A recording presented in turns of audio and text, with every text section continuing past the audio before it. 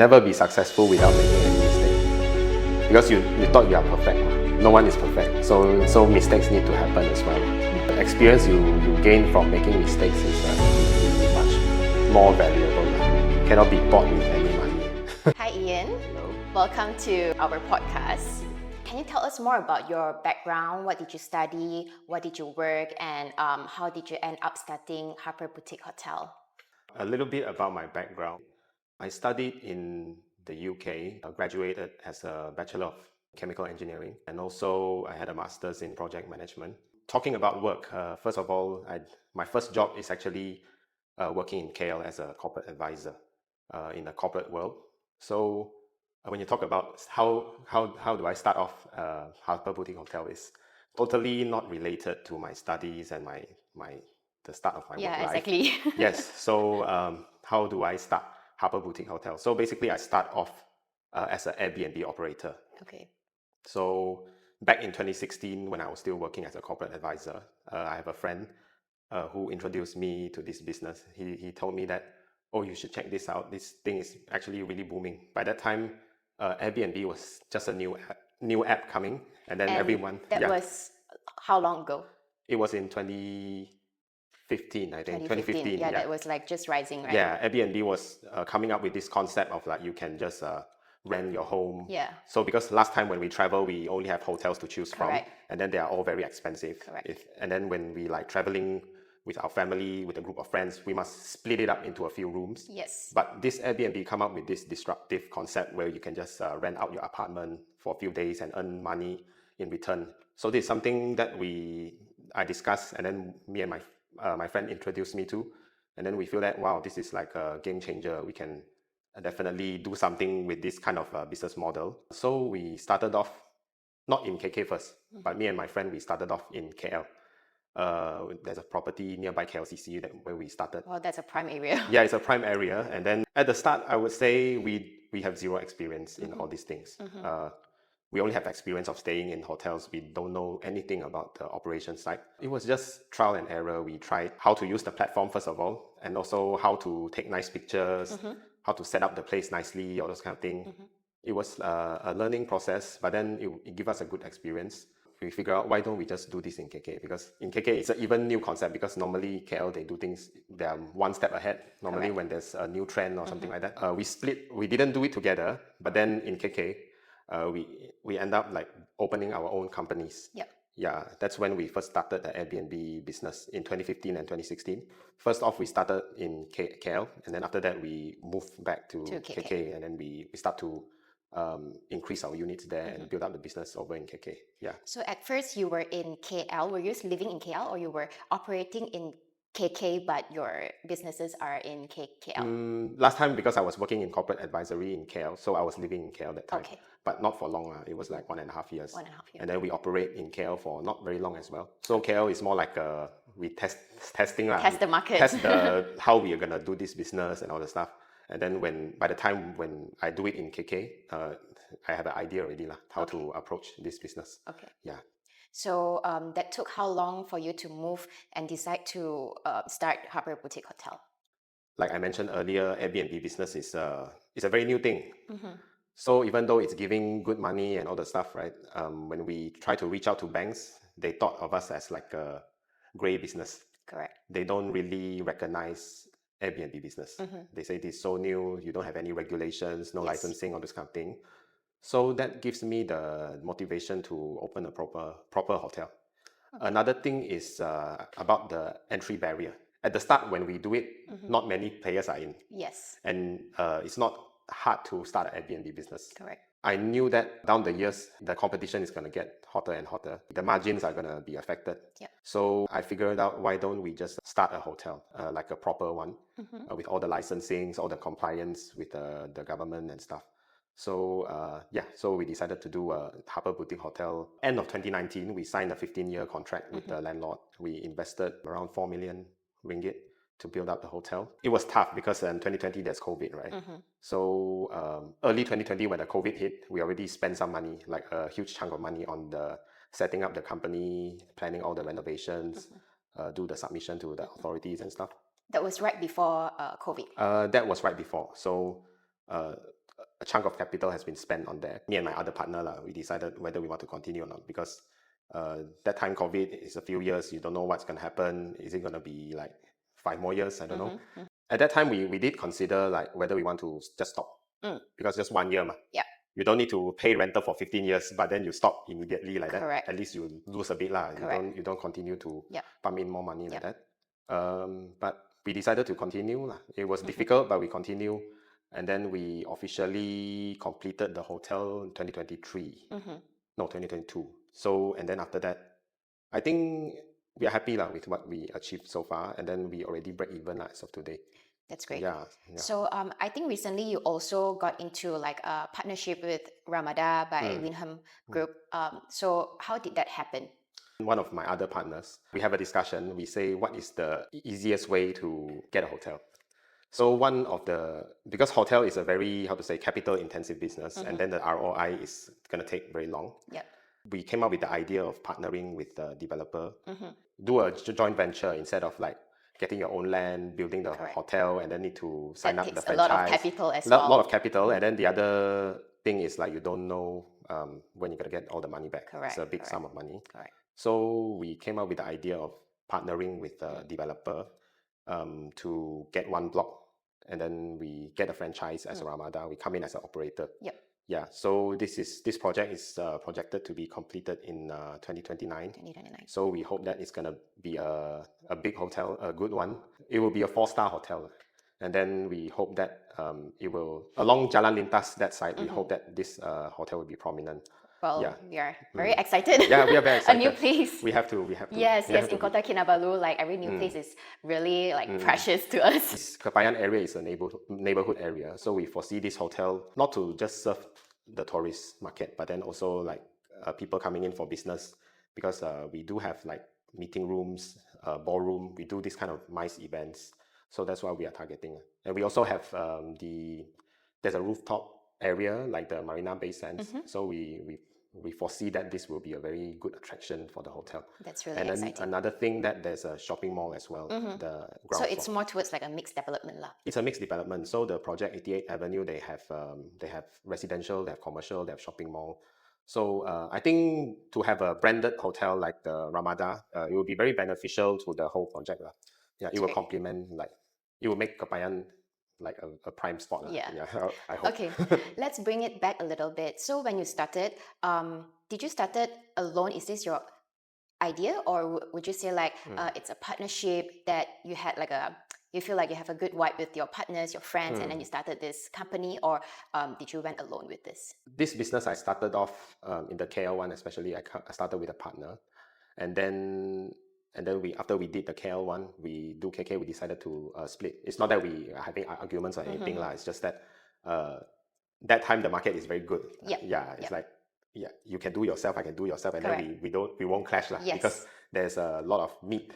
Yes, in yes. At In that the time, pie. at that time. But then when doing the Airbnb in KK, yeah, we went our separate ways. We did, I think each of us, we will have like 40, 50 units each. Yeah, That's a lot, and now I think it grew. Now we change a bit. Yep. It's like we diversified a bit lah. Correct. It's like we do maybe less Airbnb, more hotel style. Yeah. So what are the main differences, would you say, like between Airbnb, homestay, or short-term rental? There's a lot of terms to it. And also like running a boutique hotel. What are the differences? And what is coming is a franchised hotel. So how would you like compare like three of them? Okay, Airbnb is more like you get value for money, because you can rent a space that is big, and then if you have 6, 7 people, you divide it, and then each person will pay a very very good price lah. Yeah. But then in return you get less service lah. Correct. It's more you're handling on your own. Yes. The host just give you a very clean place, nice place, and then you're on your own most of the time. But then hotel, it is more capital intensive lah, because you need to hire more people, the service side, and then the housekeeping. You definitely have more people cleaning your rooms more than Airbnb. I would say the second thing is the regulation lah. The regulation is more, because hotel is a very old industry already. So you have more compliance. Yep.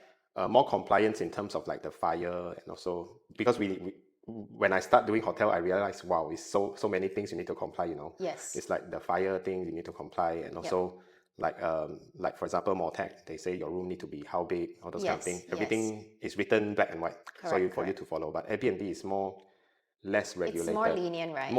I would say they say they want to give more regulations, Yes. but then They are it's so far. implementing already They're right now. implementing, but then Yeah. we are still very far away Yes. from. It's still less matured regulations. compared to a hotel. So in terms of entry point, you would say homestay is or short-term rental is easier to enter, and hotel is of course higher in level. Yes, it's just definitely the barrier of entry for Airbnb is much more lower compared to hotels. How about funding wise? So you started as a homestay or short-term rental operator, and also like funding in hotel. What are the major differences? For short-term rental, actually you don't need a lot of capital. Because when you rent a unit, you only need to pay for the rental deposit, which is like 2.5 months of your rental, and possibly maybe another 10,000 or 15,000 to make the place nicer. Yeah. Get linens and stuff. Correct. But hotel, you need to pay a lot. You need to pay the architects. You need to pay like all the professionals when you do the submission to the council.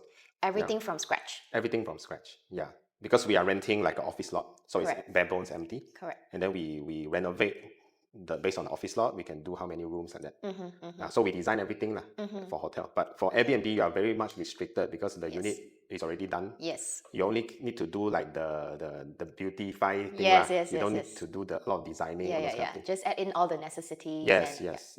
And also hotel, there's a lot of things you need to do. I mean, much more things to do, but more rewarding because you get recognition, you have licensing, all those kind of things. Correct. And when you go to bank, they say, oh, at least you have a hotel. But if you say Airbnb, and then they'll say, oh, this one I don't know. Even though you're making a lot of money. Correct. They will still have second thoughts about this business because they don't know how long will it last. It's very volatile in a way. Yeah. Because regulations as well, you don't know whether the council one day will say, oh, we stop. We don't allow Airbnb. That's right. So in terms of funding wise, do you mind to share like how did you get a funding? Was it like you find investors or you combine with your partners, or how do you get your fundings in general? For Airbnb, because the capital is not that high, capital needed, we just need to rent a few units. Those are from my personal savings, and maybe my parents help a bit by that. But then hotel is very hard to do it on your own because we are just graduate, we don't have much money at times. That's right. So for hotel, we did have a few investors who invested the shares to get to be part of this project. They are total. I think Harper has a few investors. They did contribute a lot to the growth of the company. Without them, we also cannot do the hotel. It was like selling. We need to do the proposal, and then we need to pitch to them. You want or not? This is. Do you mind sharing more about that? Like, how did you pitch to investors, and how did you like get them to agree with your ideas and your vision? We need to do up all the design of the hotel, and we need to convince them with the potential returns, all those kind of things. We also need to tell them that, oh, you invest here, you can be one of the hotel owner. Because some of them, they are not in the hotel line. Maybe they thought that, if I invest here, I diversify my business, I can call myself a hotel owner, which is true. So that's also one of the draw for them, like they are interested.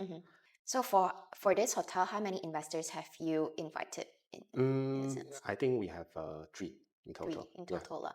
How do you define like how many pitches have you been through to invite this much more than that? Much more than that. Because we it's like you need to pitch to many people. It's not like you pitch to these 3 people and then they straight will agree. So it's a numbers game, right? Numbers game. Maybe you try 10 different people, 3 eventually agree. Because I know it's also very hard for them to trust us at that time because there's no product. Yes, and you just graduated. They need to trust us a lot, which I'm very appreciative. So how did you feel when you started to pitch the idea to them? We are very into it, I would say. We are because they also can see our dedication, our commitment to get this project completed. Even though, because that time was, I think it's during COVID time. So that time we are facing some financial difficulty because we started our renovation is delayed, and then we need to pay rental as well during COVID. So But you cannot still function, right? Because because it's not done. yeah, it's not so done. we budget, we spend this amount of money, and then we initially we thought we can get it done, okay, in say 3-4 months. But then in the end, it sure dragged on because we cannot renovate. Yeah. We didn't budget the rental that we are paying the prolonged without the renovation. So at that time we are having some difficulties in financial lah. So we tried our best that time during COVID to pitch to investors lah. So that time that was before you started, you pitched to investors, or after you started the project and then you pitched to the investors? We actually, I don't know why we are so brave lah that time, me and my partner, because we use our own money first. Okay. So we think, oh, we just use our own money first lah, and then the rest at the back there we can just find investors, and then they will definitely invest like that. I can say we are lucky lah. Yes. Because normally all this kind of thing, right? You need to get all the money, everyone on board there, and then you start. Yes, but then yes. we straight away just. That's what I know. But I think it also needs to depend on the timing and opportunity lah. Because if let's say we didn't use our own money to make a start first, we might not get a very nice location. Yes. Because this kind of getting the right place at the right price also take the fate. Correct. Fate is important as well. The opportunity, the fate. Yeah, because you cannot. Let's say you found the place already, you cannot tell the agent, oh wait, I get my investor in first and then I sign. Yes, then it's too late. Too late. Yeah. So we need to capture the timing as well. So that's why, it was tough lah. I mean, yeah. So Harbour Boutique Hotel is located at Sutra Avenue. Yes. And that is also when Sutra Avenue just finished their project and you wanted to start together with them, right? Yes. Actually, initially we want to do the hotel at airport. It's not going to be at Sutra Avenue.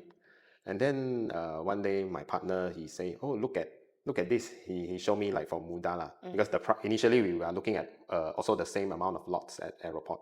Say, oh, why? He told me that, oh, he saw this listing at Sutra Avenue.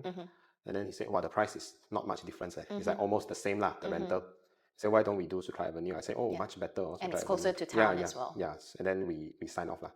Yeah, we are, in a way, we are quite lucky lah, because we have good landlords and all the stuff. We also need to learn a lot about like the contract, how this kind of long-term contract.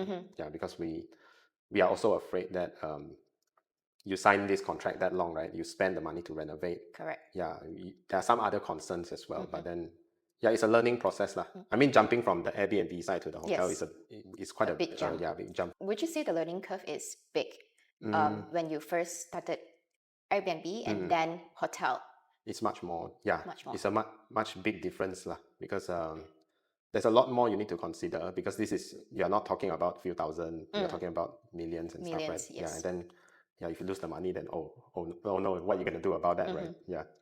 So it's like, in another way, it takes bigger investment, sort of motivates you to not make any mistake. You need to be very careful. And you need to be like committed into that. Yeah, so it's like Airbnb, you maybe use 10,000 to rent this unit. Okay, yes. maybe you it can doesn't go work. Anyway. Okay, bye-bye. Yeah. But then this one very, very hard. Yes. So it's a very long-term commitment to start a hotel. Yes. Per se. It's not easy. Yeah. Would you say there's any financial mistake during the process? Like what I mentioned earlier, we didn't budget for unforeseen circumstances like COVID. But I think a lot of people cannot foresee that. But then it made us suffer lah. Another thing, of course, with hindsight, you will look at all this kind of thing. You will say, oh, it will be better if I choose this or that. Correct. Yeah, but so far, I would say Harbour, besides the COVID thing slowing us down, all the things that we do, I think financial mistakes, I think it's all right lah, because we don't have a lot of room to maneuver as well. We are quite prudent also lah with our financials.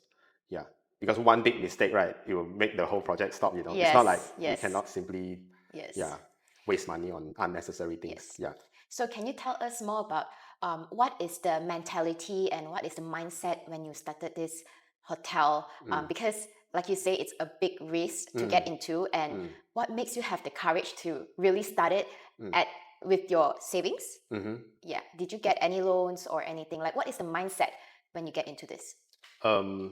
How to say, because when I first started, I'm quite confident. It's because my Airbnb is also running okay that time. Well. We have money coming in, all those kind of thing. But then when the project actually really started, the Airbnb there stuck because COVID, right? Correct. Yeah. So that's why we myself, it's in a quite a difficult position lah, because Airbnb there stuck, and then I need to pump in more money for the hotel like that.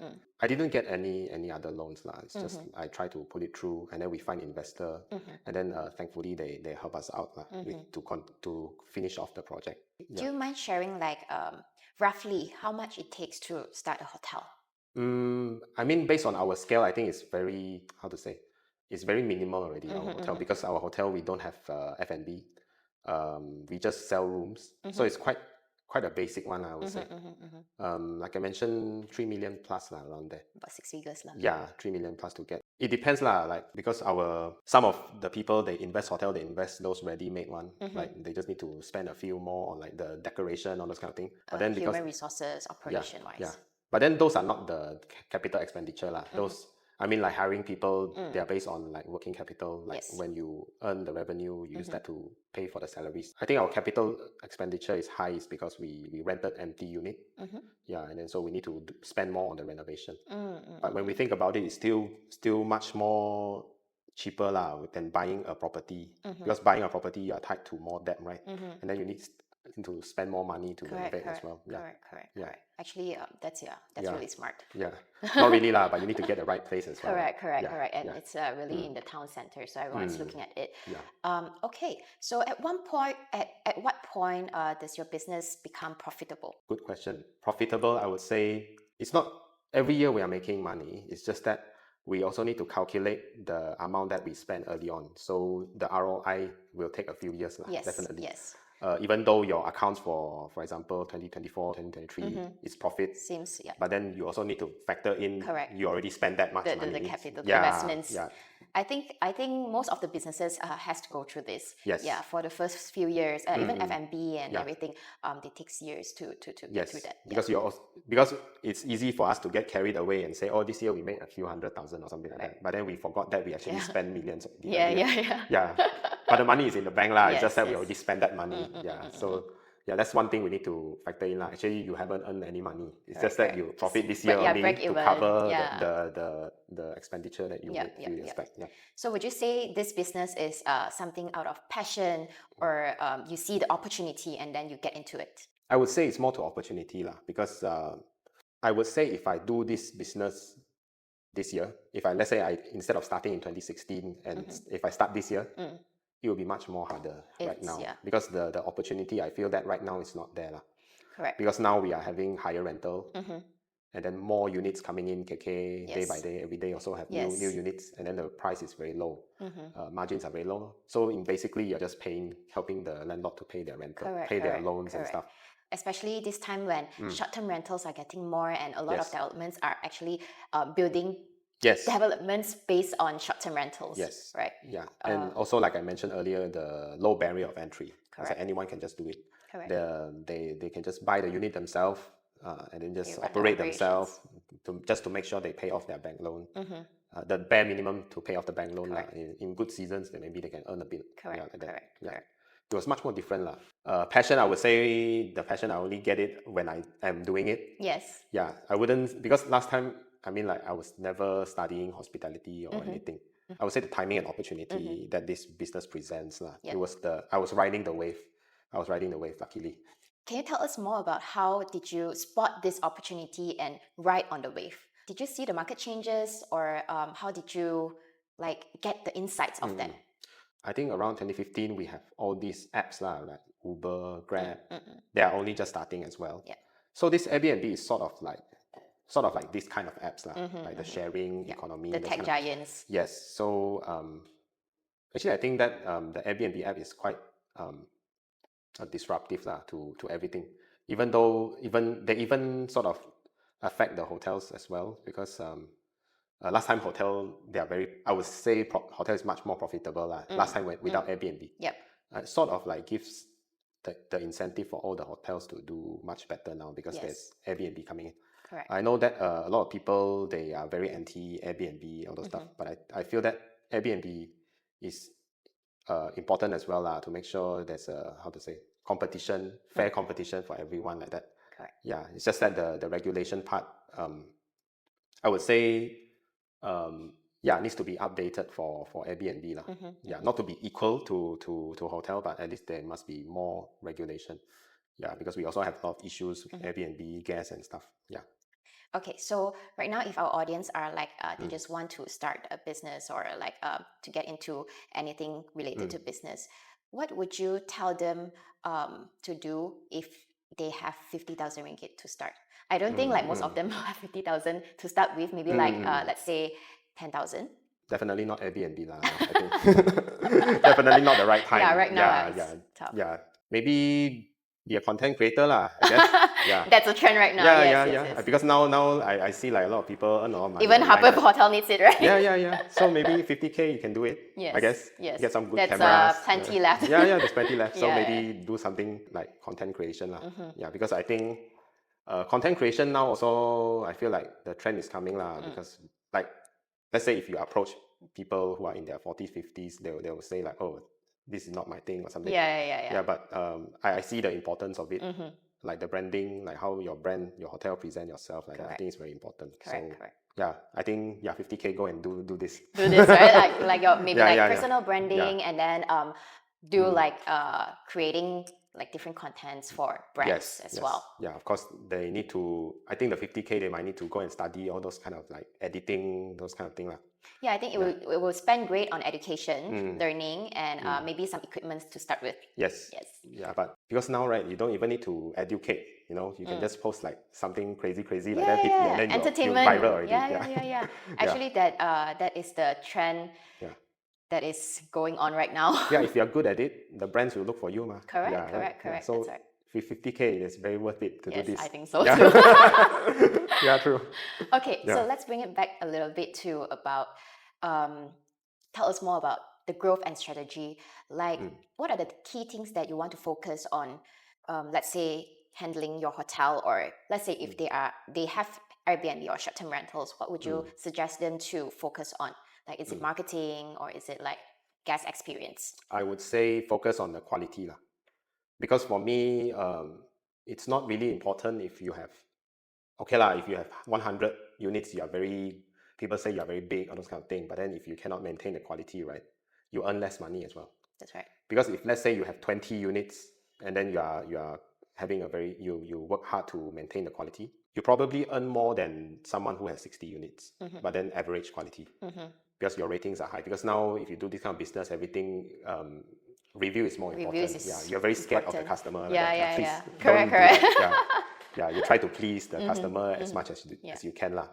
Yeah, so I think at the moment in this difficult environment that we're in, I think Airbnb needs to focus more on the quality side. The quality. Yeah, instead of the quantity. Because you can earn more. If let's say you have 10 units, you do it well, do it cleanly, your reviews are good. I think you probably earn more than people with 30, 40 units. Yeah. Exactly, yeah. Yeah. I think the guest experience is also what you're saying is guest experience that needs to be improved as well. I mean, Airbnb, you don't need to service so much, but then the basics need to be good, like what you provide, the amenities, and the cleanliness, all those kind of things. So how do you measure like success in hospitality role? Would you say it's like your occupancy rate or profit? How would you measure the success? Occupancy and the profits are related lah, because one goes up, the other also go up. Yeah, occupancy must be high for you to earn more money, this kind of thing. So these are just one of the. I mean, you can split the few factors, but then it will be the same lah. Yeah, it's all interrelated, like the profits and the occupancy. Of course, we look at profit lah, but we know that profit definitely occupancy also high one lah. Yeah. So can you tell us more about like how would you say a successful occupancy rate? Like, what are the differences that it can go up? Like sometimes it can be 90%, sometimes it can be like really low. I think in hospitality role, it's also quite volatile in terms of if it depends on the tourism as well. Yeah, definitely, because at the moment we are experiencing something, how to say, we don't have consistency in our occupancy. Our occupancy now is very seasonal. So it's like 1 year, we only get a few months very high occupancy. But then you can see a very big drop after these few months. But then, whereas before COVID, right, we can see very stability. We can see a lot of stability in the occupancy. Like we can get average every month, we can get 60, 70, no problem. But then now it's like, oh, maybe the summer holidays we can get 80%. But after the summer holiday, we can suddenly drop to 40, 50% like that. So that's quite concerning as well. Yeah, because it's very seasonal. Yeah. And how would you like improve the rate occupancy rate? We do a lot of we monitor our rates constantly. We also look at a few of our competitors, like how much they are selling. We will adjust accordingly. We hope that let's say if low season, we'll drop a bit, and then we see how it goes. But then we also cannot drop until too much. Otherwise, it will be super desperate. So we also need to maintain a minimum rate one. Yeah. Okay. Yeah. So during this period, what are the challenges and the hardest things that you have been through, and how did you overcome that? The most difficult thing during doing this business, right? I think COVID is also there's a silver lining to it, because it also teaches you what is the worst that can come, and then it teaches you to be prepared in the future if there's another, not to say pandemic anything that affects your business. Yes. You are well prepared for it, because last time when we do it, right, it's all whoa, it's all rainbows and colors. It's booming all the time. We never foresee this kind of thing will happen. Yes. Nobody did. Yeah. So now I think not just me I mean any business owner now, they will, after they go through COVID, they'll definitely look. They will have a plan B they for that. Probably diversify. Yeah. Not, they still have their business that will be affected by pandemic but then they also will look into other business that is more essential one. Correct. Yeah. That's something that can be brought online. Yes. Because hospitality industry is quite dependable on physical things as well. So yes, I think what you said, diversify, is a really good suggestion. Probably do social media, right? Social media. Because COVID time, you spend a lot of time at social media. Yeah, it's very virtual. all the crazy content, right? Nothing to do, right? Yeah, I think a lot of online businesses are blooming at that time. Yeah. Let's say one business is badly affected, definitely we'll have another business booming one during COVID time. Correct. Yeah. So how did you feel when COVID hits and you couldn't continue the project and to start your hotel on time? It was very headache because the financial issue mostly, because we know we need to pay rental. Try to ask for discount. We got some luckily, and then still paying the rental without being able to do anything hurts, Actually, we spend because we also cannot renovate that time, so we just use that COVID period to speak to investors. Okay it works as well because nothing else to focus on. You just focus on getting money in. So when you were going through that process, were you actually stressed or depressed, especially when you can't do anything? You were at home and you had to pitch to these people, and what was the mindset when you were going through this, and what made you pitch to these investors? I remember last time when during COVID time, we actually completed one lot. So when the investor come, they can see they can see real thing. They can reel one of the lots maybe got 6-7 rooms. We completed it, and then we bring the investor in. We can show them but not fully completed.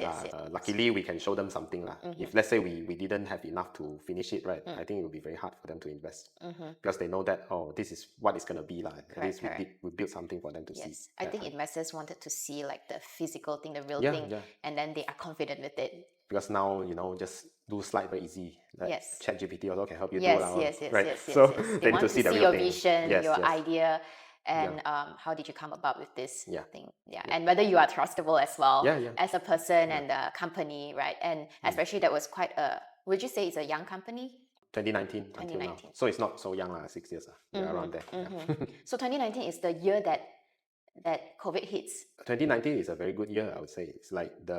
It's for the Airbnb market, the hotelier, the tourism is booming crazy at the time. 2019 is very good. 2019 is peak, and then suddenly it dropped all the way down. It crashed after that. Yes.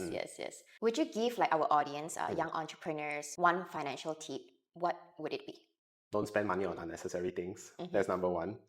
Secondly, if you want to be successful in business, you definitely have to suffer. You cannot take the relaxed part. You have to suffer in whatever you do.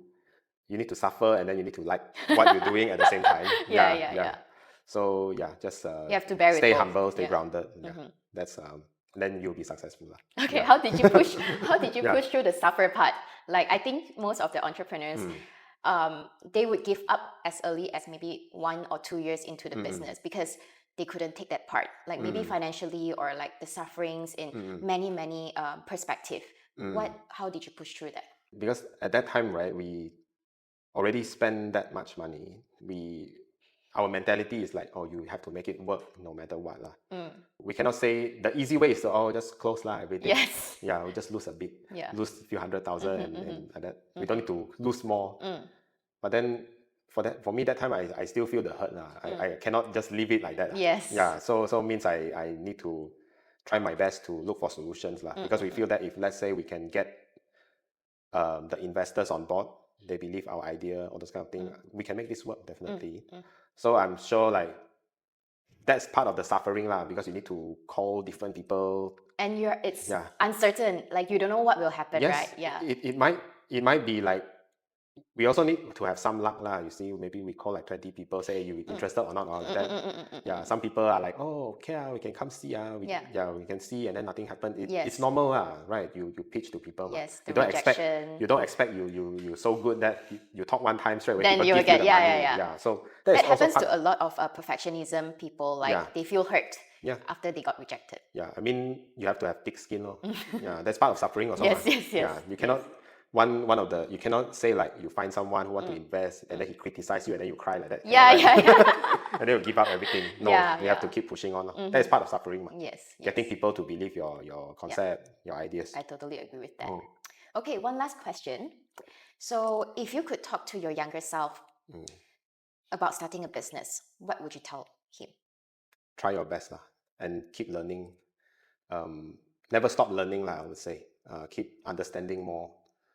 Because to have more knowledge is never a bad thing lah. Yeah, just keep knowing more, knowing how to do things better, do things right like that. I think what you're also trying to tell the people, tell your younger self is that learn as you go. Yeah. Do not stop learning, and you learn and you get the experience and you'll finally get there. And it's okay to make mistake lah, because you have to make mistake one. Yes. You'll never be successful without making any mistake, because you thought you are perfect. Yes. No one is perfect, so mistakes need to happen as well. Because the experience you gain from making mistakes is definitely much more valuable lah. Cannot be bought with any money. I very agree with you. All right, thank you so much for this conversation. It's really interesting. I'll hope to see you again soon.